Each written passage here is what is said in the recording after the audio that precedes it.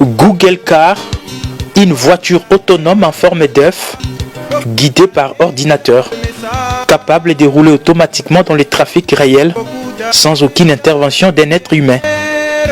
Autorisée à rouler sur les routes publiques de Californie depuis 2014, ces voitures sans chauffeur, développées par les géants de l'Internet, ont déjà arpenté des milliers de kilomètres de routes américaines.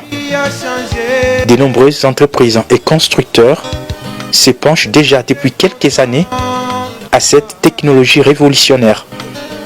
La Chine s'est lancée dans la voiture autonome bien après les États-Unis. Mais il y a présentement autant de tests routiers dans les deux pays. Cette voiture en forme d'œuf, sans conducteur, apparue il y a plus de 20 ans, a été prophétisée depuis juin 1933 par William Marion Branham dans sa 4e vision. Il a vu le grand progrès que ferait la science après la Deuxième Guerre mondiale avec la mise sur pied d'une automobile dont la partie supérieure avait l'air d'une bulle de plastique.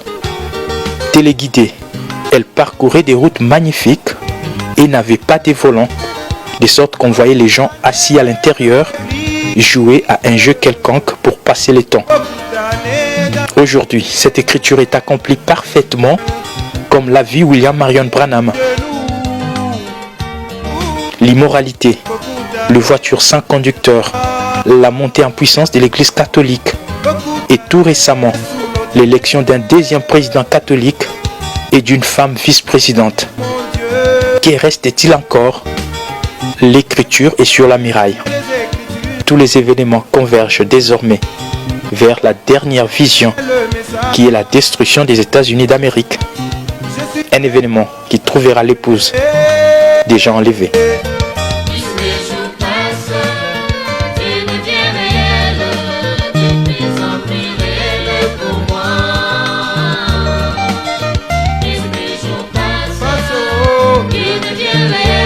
Le temps